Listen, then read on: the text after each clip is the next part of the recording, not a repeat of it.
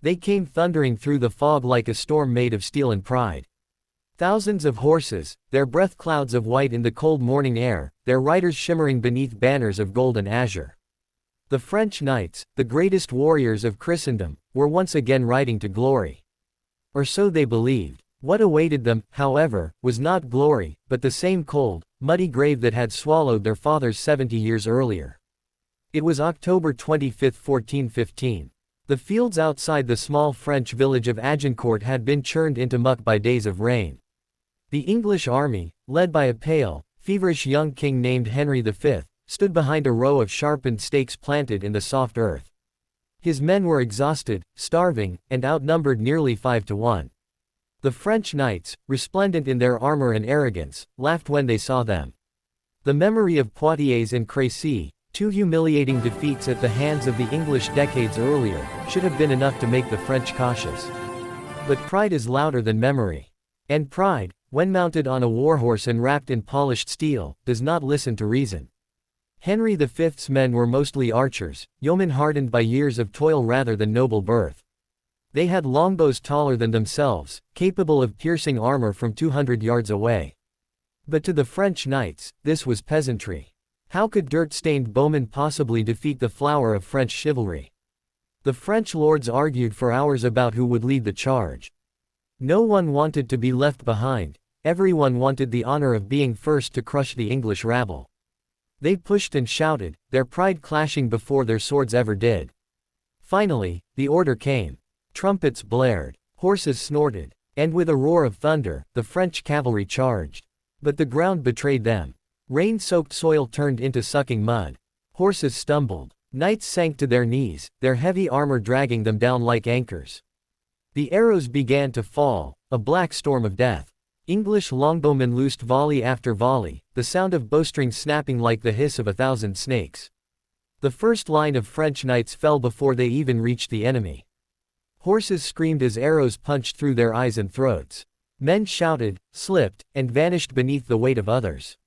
Still, more came behind them, crashing into their fallen comrades, turning the front line into a heaving, chaotic pile of men, beasts, and steel.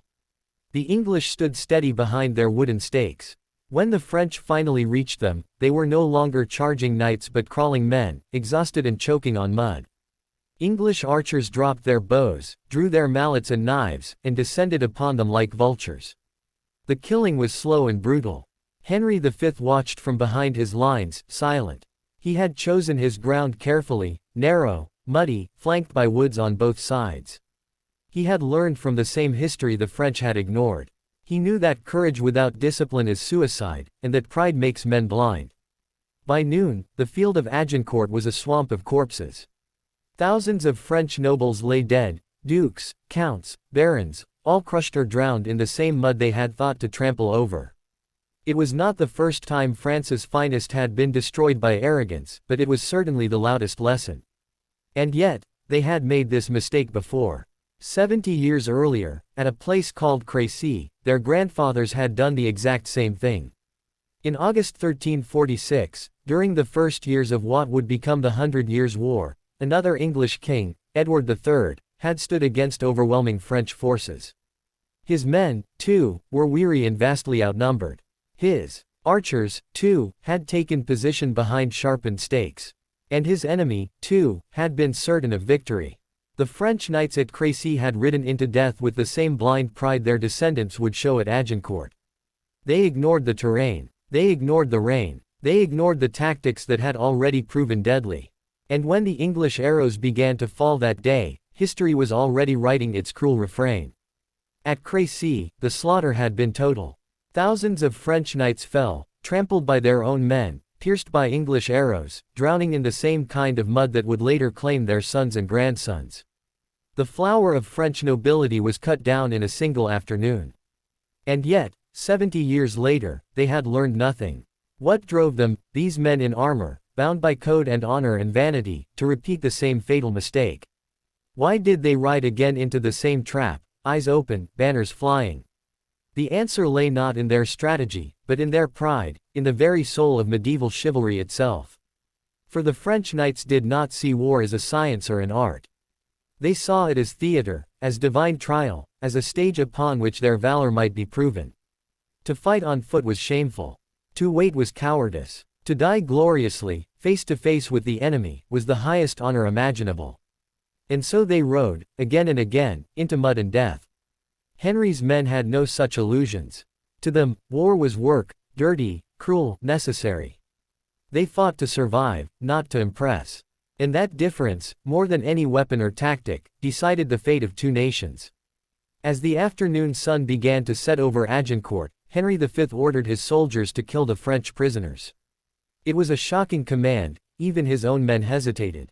But the fear of another French attack, and the sheer impossibility of guarding thousands of captives, made it necessary.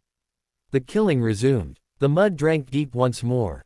That night, the English lit fires and tried to sleep among the corpses. The rain fell softly. Somewhere beyond the field, the survivors of French nobility limped away, their banners torn, their pride drowned. And in the silence that followed, the lesson of Crécy had been repeated, written again in mud and blood. But the question would remain: why did they not learn? The answer to that question, as time would tell, was older and deeper than the war itself. Long before Agincourt, long before Crécy, France had built its nobility upon one unshakable belief: that courage could conquer anything. That a man's worth was measured not by his cunning or restraint, but by the boldness with which he threw himself at fate. From the age of 7, noble boys were trained not to think, but to charge. They learned to wield a sword before they could write their own name.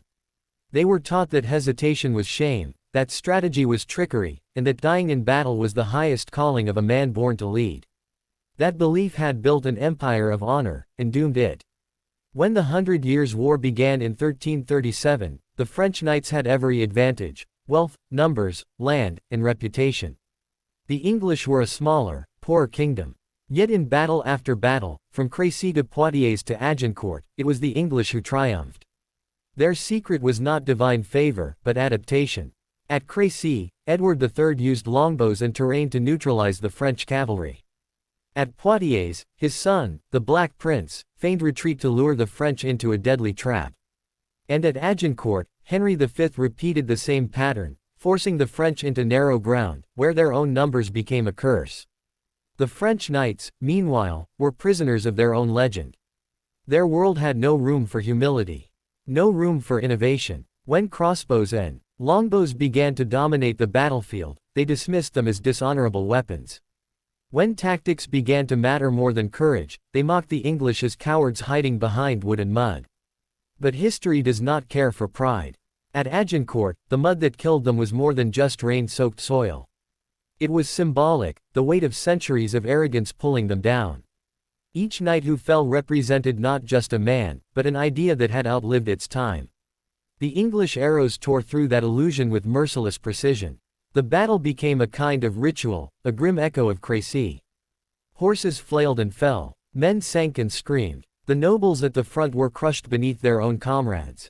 One French chronicler wrote later, "They were pressed so tightly that no man could raise his arm or strike a blow." It was not a fight, it was suffocation. Those who survived crawled through corpses to escape. Some threw off their helmets to breathe, only to be struck down by English mallets. The glory they had sought became grotesque. When word of Agincourt reached Paris, the kingdom went silent. Entire families had been wiped out in a single day. The list of the dead read like a poem of ruin: the Duke of Alençon, the Constable of France, the Duke of Brabant, and countless others. It was not merely a defeat, it was an erasure. Yet even then, some called it fate, not folly. They blamed the weather, the terrain, the treachery of the English, anything but themselves. For to admit that their code of chivalry had failed was to admit that their entire world was built on illusion. But history had already decided. The age of knights was ending. Gunpowder was coming. Mercenaries were replacing nobles. The battlefield was no longer a stage for heroism, but an arena of calculation. Those who adapted, like the English, would endure. Those who clung to honor, like the French knights, would sink into legend. And yet, there is something tragically beautiful about their fall. They knew the danger. They remembered Crécy. They knew that charging into the mud might mean death. But they rode anyway, not because they were fools, but because they were bound by something stronger than reason, the myth of their own glory. In that sense, Agincourt was not just a defeat. It was a funeral, for an entire way of life. The mud of Agincourt buried more than bodies. It buried the old world of shining armor and gallant charges, of songs sung for dead heroes, of banners fluttering in divine wind. What rose from that mud was a colder, sharper world, a world where wars were won by those who could learn, not those who could boast. The French knights had ridden to prove their honor. Instead, they proved that history never forgives repetition. And as the centuries passed, as the story of Agincourt became legend, one truth remained clear: the greatest tragedy of the French chivalry was not that they died in the mud, but that they had already died in their minds, 70 years before, when they refused to learn from Crécy. That was the real fatal mistake. For in war, as in life, it is not defeat that destroys men, it is pride.